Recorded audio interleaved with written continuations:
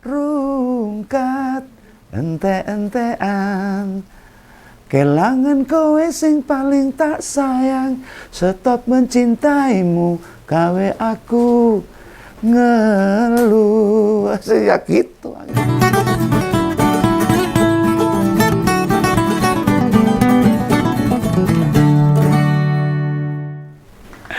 Ya, ketemu lagi dengan Om Begawan, orang yang ngancel ke seluruh Indonesia. Malah ada yang ngomongin ini, wah, Begawan gendeng ini. Oke lah, hari kita mau bahas sesuatu ini. Nah, ini ada kabar gembira, kabar baik ini.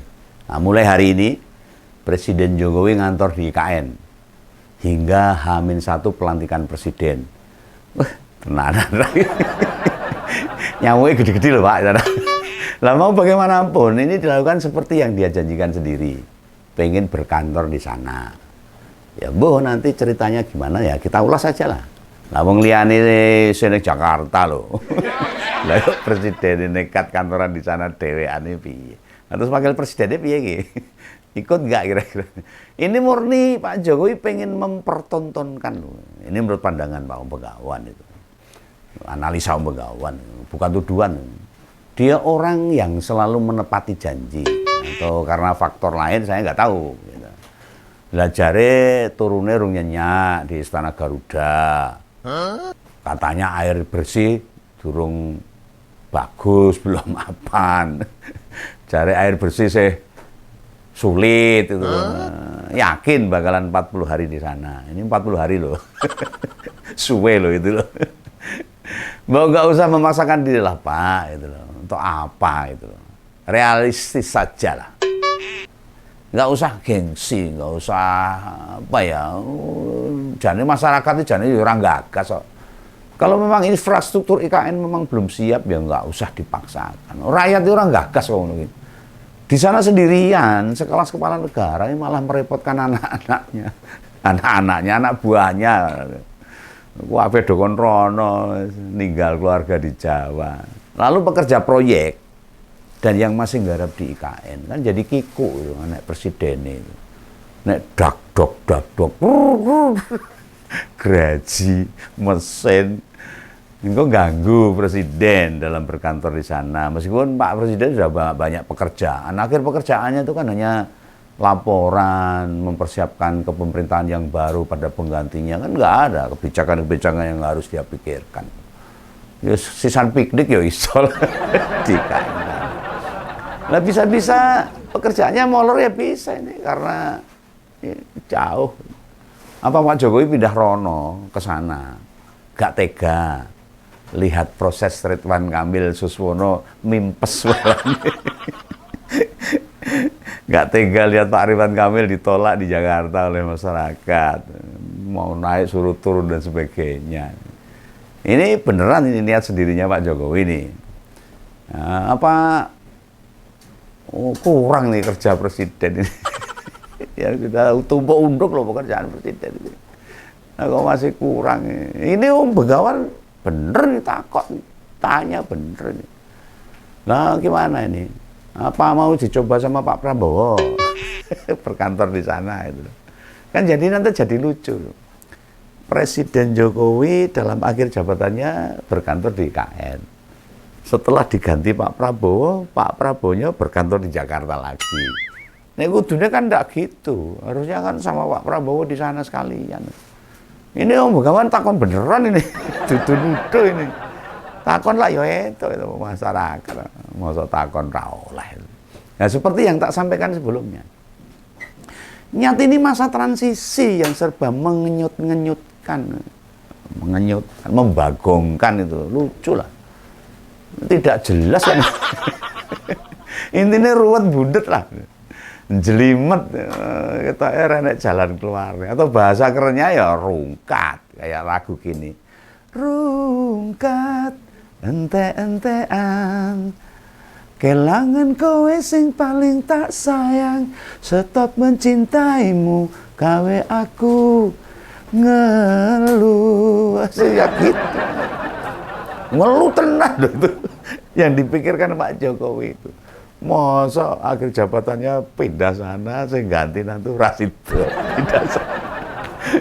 Uyang-uyung Pak, usang-usung ora capek. Nah, Om Begawan memang wis stop ini, mencintai Pak Mulyono sejak untran-untran Pilpres, masalah jorong-jorong ke anaknya dengan menabrak undang-undang konstitusi dan merubah keputusan MK, wis nggak respect. Ya, marai ngeluh mencintai dia itu. Marai rungkat, bikin pusing. Yang jelas, setelah kabar si kepala negara itu mau ngantor di IKN, Pak Jokowi mau di IKN, sore harinya itu si pengganti alias Pak Prabowo Subianto memanggil adiknya, yaitu Mas Hasyim Joyo Hadikusumo. Pak Hasyim dipanggil ke Hambalang, rumah besarnya Pak Prabowo Sunggura Umum itu. Kalau Kertanegara itu kan rumah di Jakarta. Bareng tak pikir-pikir ini, Om Begawan mikir ini. Bukannya dia habis keliling-keliling luar negeri itu. Iya, wah, dalam satu hari itu di negara ASEAN dijelajahi semua itu dalam satu hari itu. Nah begitu sampai kok ketemu sama Pak Hasyim, ini urusan negara loh ini, ketemunya sama adiknya, kenapa nggak lapor sama presiden? Aneh kan ini. Ini kadang-kadang orang nggak sampai mikir gitu itu. Lah malamnya ngundang tim transisi yang kita tahu isinya orang-orang Gerindra semua. Ya, jangan dikira loh, publik nggak tahu. Om Begawan kan seorang konten ya, akhirnya membahas, menyimpulkan, menganalisa, akhirnya mendiskusikan lah sama teman-teman ini jangan-jangan ngopo. Nah, jangan dikira loh, publik nggak tahu. Dia tahu.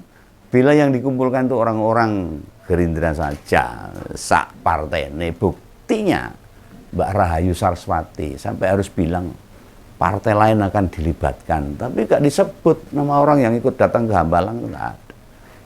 Koordinasi itu tak melibatkan juga Wapres terpilih loh. Gibran ditinggal. Mungkin tidak ada yang nyorot ke sana loh.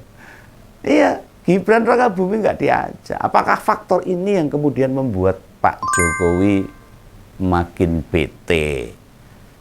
Judek gitu loh, nganyel. Apa fungsinya si Mas ini bilang mau belanja masalah, ini nggak ketemu presiden terpilih ya ngapain? Akhirnya belanja masalah kayak siapa? Oh, presiden mau dikai belanjaan. Belanja dewe gampang, malah keluar negeri belanjanya. Lah pantas ini. Baru mundur, awalnya masih kelihatan. Sama Gusti Bre di Solo, juga sama Diko di Semarang, Bupati Kendal. Baik Bre serta Diko, kukutan alias batal jadi kepala daerahnya. Kredibilitas serta kemampuan masih pantas dipertanyakan. Sakno lho Gusti Bre, aku setuju rasa maju. Entek kewibawaannya, marwahnya sebagai pangeran malah entek. Tapi yang kasihan Diko. Wis dijanjeni Rasido bareng nyalon ke balik neng Kendal ditolak, orang nangis. Kalau kawan yang menangis dalam hati. Nah, itu. Sehingga bila tidak dilibatkan terkait persiapan pelantikan si Gibran ini tanda-tanda. Info ini bisa jadi loh, wis bocor duluan, rembes bahkan netes nggrojok ini, dan didengar sama Pak Jokowi ini. Wah, anakku ora dijak. Ketimbang masih di istana Jakarta, nyawang kondisinya sepet. Ya akhirnya pilih kantor di Borneo, ya, meskipun urung diadi, pokoknya yang ngono ambil enggar-enggar penggalih. Misalnya kita mau lihat dengan jernih, dengan hati yang jernih itu, ngapain sih memaksa kantor di sana? Pertimbangan utamanya apa? Ya coba ngopo gitu loh. Kurang gawean. Ya, wong pihak Pak Prabowo wis bilang loh, bila pelantikannya itu di Jakarta, mau neng IKN, entek-entek dit. Lah kok malah mau ngantor tekan 19 Oktober. Lah engko nek 20 Oktober neng Jakarta wis persiapan ora dijak omong-omong. Ngomong-ngomongnya piye lho? Genah mutung. Wah, ketek ireng. Apa dia nggak mau terlibat dalam persiapan pelantikan tanggal 20 Oktober. Ya ini bukan tuduhan loh Pak. Ini hanya Saya hanya mengamati, menganalisa kok koyong ini toh. Cara-cara memimpin bangsa ini kok koyong ini. Ada nafsu syahwat yang ingin dipertontonkan. Tapi apa memastikan prosesi serah terima teladan, terima jabatan bisa berjalan dengan baik, kan harusnya gitu. Atau malah justru dia di IKN tidak mau tanggung jawab pada acara pelantikan. Jarkan saja kan gitu. Jangan mau wakil presidennya anaknya loh, harus dipersiapkan dengan baik. Apa mau menepi wirid di sana itu bagus. Doakan bangsa ini biar tambah makmur dan sejahtera nek ke sana. Nek rono ya mung mutung. Ya mbok aja ngono to, Pak. Ya waktunya diserahkan ke pengganti mbok sudah waktunya lah. Sumeleh loh. Jabatan itu kan hanya amanah, sampiran aja lah. Kayak klambi hanya dikageman aja. Ada batas waktunya. Nek gak gelem diganti, ya pantes banyak rakyat menempeli dia sebagai Raja Jawa. Ini yang bilang bukan saya loh, yang bilang Pak Bahlil. Ya apa yang mestinya berjalan, ya biarkan berjalan sesuai arahnya, sesuai jatahnya. Bukan malah lepas tangan. Nah, kemudian seandainya menteri-menteri pada mau koordinasi misalnya, melaporkan tanggung jawabnya, apa mesti datang terbang ke IKN sana. Ya ora efektif loh, bos. Ora efisien loh, bos. Belas we. Bener ada telepon juga, ada pakai HP, komunikasi lewat IT dan sebagainya. Tapi tingkat kepuasan serta kemareman ya, ketemu langsung. Ya saling koordinasi. Yang mau habis masa jabatannya, tugasnya misalnya, kan tidak hanya presiden. Menteri ya habis, mandek, leren. Kan mereka butuh penyelesaian tugasnya, laporan dan sebagainya. Siapa menteri yang disuruh menemani di sana? Siapa coba? Saya gelem neng kono, Bu Sri Mulyani, agak. Urusan neng Jakarta numpuk undung kok. Pak Pratekno. Nah, kemudian staf kepresidennya tapi ya, tim medisnya, pas pampres, otomatis ngikut ke sana semua. Ambrek-ambrek pirang kontainer itu ke sana itu. Ngetut ke Pak Jokowi truk itu loh. Tukang masak, tukang rias, tukang resik-resik. Wah, wis pirang miliar meneh sing metu nih.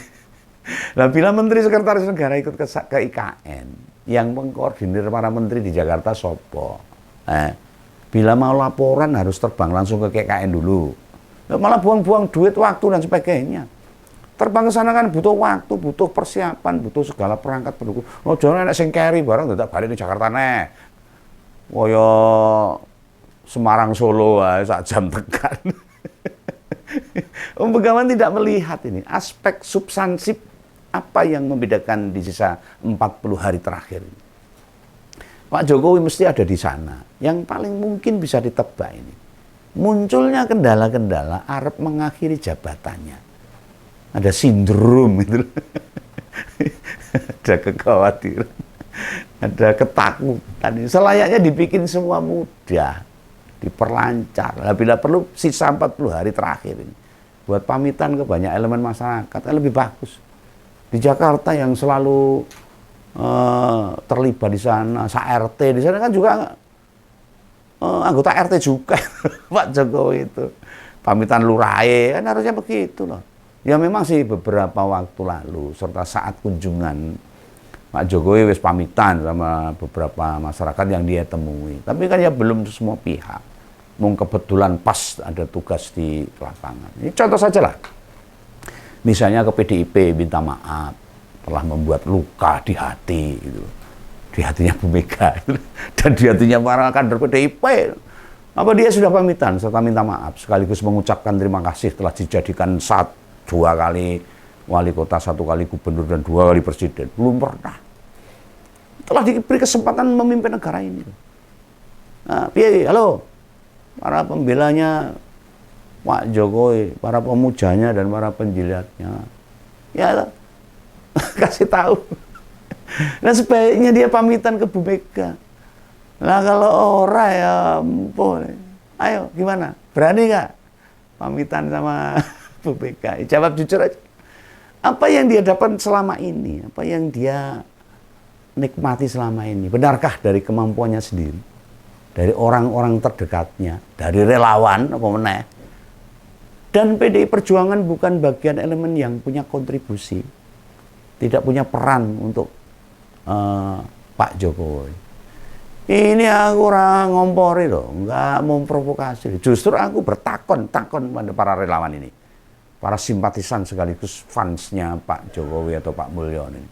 Pernahkah jabatan 2 periode wali kota, 1 periode gubernur, dan 10 tahun jadi presiden tidak ada kaitannya sama partai pimpinan Bu Megawati, PDI Perjuangan? Ini ujian ini. Apakah Pak Jokowi ini orang besar yang sudah selesai dengan dirinya sendiri, punya harga diri alias pride? Tak tunggu beneran ini. Dan kayaknya tidak akan melakukannya. Mbah isin mundur isin atau pekewuh dan sebagainya, takut lah, tidak tahu saya. Kalau berani aja anak-anakmu, istri enggak cucu datang ke DPP PDIP atau Tengku Umar sana lah, ke rumahnya Mbak Mega. Pamitan baik-baik sebagai orang Jawa, orang yang punya unggah-ungguh etika. Bu Mega malah kapan lalu itu loh pernah menyatakan secara pribadi tidak ada masalah sama Pak Jokowi. Seorang ibu mengatakan orang enak masalah, itu kan masalah politik itu. Sementara Pak Jokowi sejak mau pilpres belas orang wani nyinggung PDIP. Oh cuma nyenggol gini. Nganggo klambi sing neng corake abang ora tahu. Ini membuktikan bila karakter si Raja Jawa itu tidak rela, belum mau turun, tidak tahu berterima kasih. Padahal anaknya ikut dilantik loh. Jadi wali kota, menantunya jadi wali kota. Iya toh. Di kontestasi pilkada ini mau ikut lagi. Yang satu jadi wakil presiden, yang satu mau jadi gubernur, nak menang. Gubernur. Nah, sebuah contoh buruk bagi perjalanan bangsa ini. Bila kepala negara berdiam di Borneo, bagaimana persiapan pelantikan nanti? Apa nggak mau ngurus pelantikannya? Malah bakal dilibatkan mungkin malah. Padahal dengan terlibat dalam persiapan pelantikan presiden, kayak di tahun 2014 dulu loh, yang akan dilihat rakyat. Waktu itu Pak BY dengan senang hati memastikan semua berjalan lancar. Lah mengapa sekarang malah menjauh? Iya coba. Kowe tok Pak BY itu wong militer tak kira keras, ternyata lembut hatinya. Lah ini sing tak kira sederhana malah orang ngono piye to Pak? Nah, coba deh bagi pendukungnya Jokowi, Pak Jokowi. Sisa 40 hari terakhir sebagai kepala negara. Apa urgensinya berkantor di IKN? Coba. Oh, sing 500 relawan iki apa melu kono ngancani. Sing wingi ra sida melu. Apa gitu? Oh ya nih, mungkin sekarang ini nyicil usung-usung dulu barang yang ada di Istana Bogor. Padahal diangkut ke Solo. Digawa balik ke rumah, bukan dibawa ke IKN.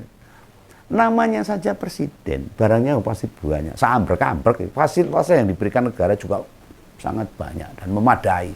Lah monggo, Om Begawan nggak akan ngulik-ngulik soal itulah. Kan barang di istana jadi milik penghuni terakhir. Ditambah belum tentu penggantinya tinggal di sana. Seperti kebanyakan presiden-presiden Indonesia, mayoritas tinggalnya di istana negara. Yang di Jakarta itu baru Pak Jokowi aja yang tinggal di Bogor. Mungkin hal-hal yang diinginkan Pak Jokowi waktu mengakhiri masa jabatannya tidak begini. Bisa jadi situasi sekarang berbeda dengan yang diimpikan. Kan bola-bali wis tak omongin. Manusia itu tugasnya merencanakan dan mewujudkan keinginan. Bila fakta jauh dari yang dimaui, diikhlaskan saja lah. Itu urusan Tuhan. Itu tandanya Tuhan tidak berkenan. Nek mbok TKT itu melanggar ketetapan Tuhan. Ya dek, jangan ya. Jabatan itu cuma kelambi, ageman, sampiran. Ya, bukan Begawan. Salam Begawan saja, sampai jumpa di lain kesempatan. Dadah.